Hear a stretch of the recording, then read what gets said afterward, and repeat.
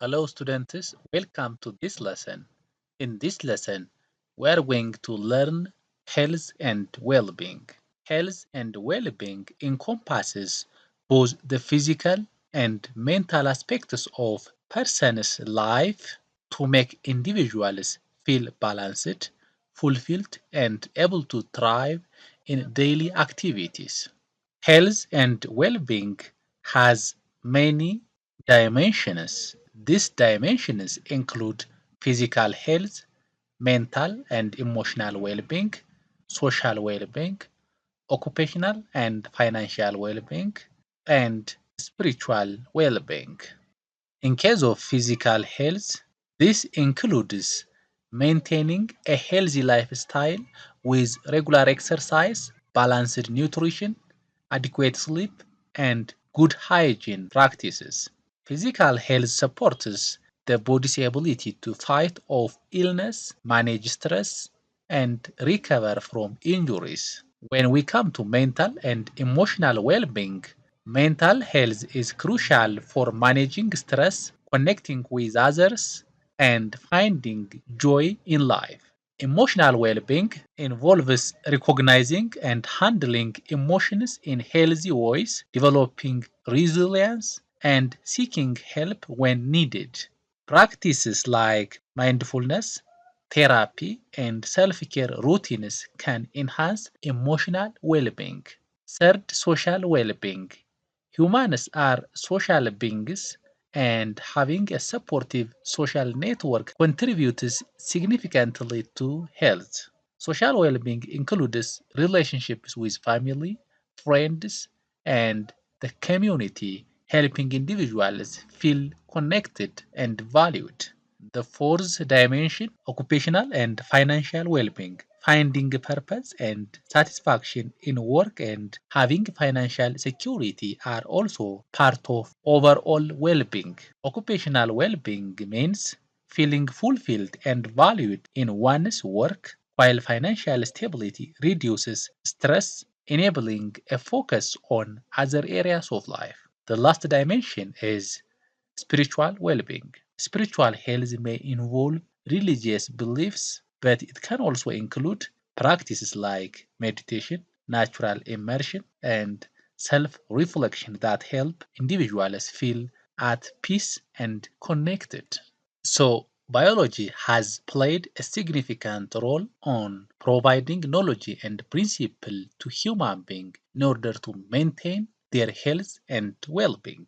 Concerning the physical aspects of health and well-being, the products of fermentation of transgenic bacteria that have received the appropriate gene or gene of interest from human, cow, or pig can be human drugs like insulin hormone for diabetics, growth hormone for individuals with pituitary dwarfism, tissue plasminogen activators for heart attack victims, antibiotics for bacterial infection, and vaccines to prevent human beings from any infection, as well as animal drugs like the growth hormone, bovine or porcine somatotropin, antibiotics, and vaccines in order to maintain the physical health of animals and human beings. Let's get study antibiotics production.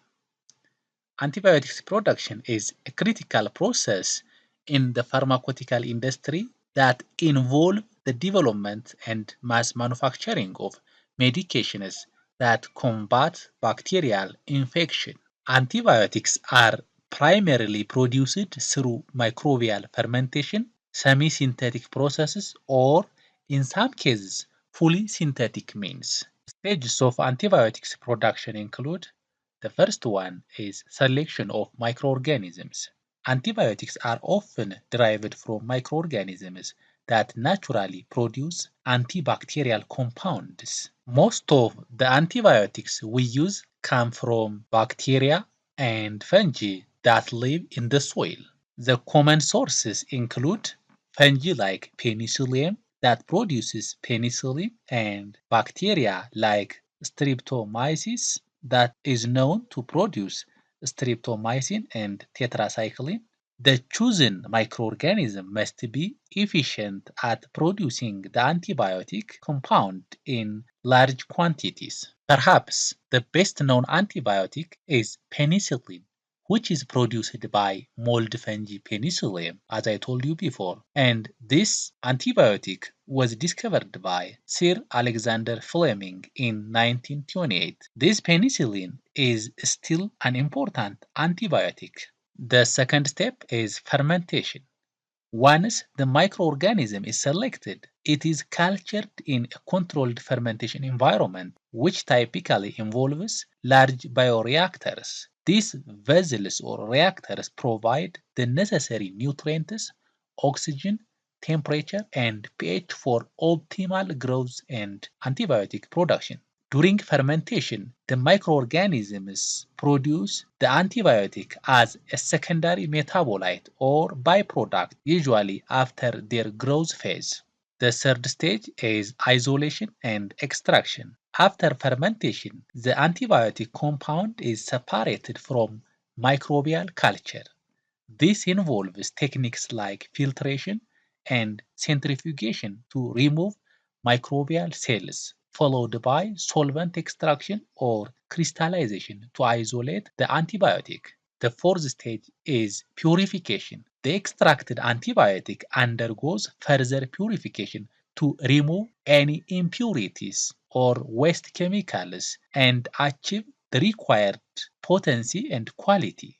The fifth stage is chemical modification, mostly used for semi-synthetic antibiotics. Some antibiotics are modified chemically to enhance their effectiveness in order to make them more stable or to reduce side effects. For example, penicillin can be chemically modified to create derivatives like amoxicillin, which have different or enhanced properties. The last stage here is formulation and packaging. Once the antibiotic is purified and, if necessary, chemically modified, it is formulated into a specific dosage form such as tablets, capsules, or injections. The final product is then packaged and prepared for distribution. As I told you before, at fifth stage, the penicillin types are chemically altered in the laboratory to make them more effective and to tailor them for use with different diseases. Examples of antibiotics include ampicillin, amoxicillin, methicillin, and oxacillin. Antibiotics attack bacteria in a variety of ways. One, it disrupts the production of cell wall and cell membrane that hence prevent the bacteria from reproducing and then cause them to be burst open or die. The second mechanism is interfere with protein synthesis. This arrests bacterial growth. When antibiotics stop bacteria from reproducing, we call that bacteriostatic. And when the antibiotics kill bacteria, we call that antibiotics bactericidal. Antibiotics do not damage human cells, although they may produce some side effects such as allergic reaction. What is vaccine? Vaccine is a substance that helps the immune system to recognize and fight pathogens to prevent illness.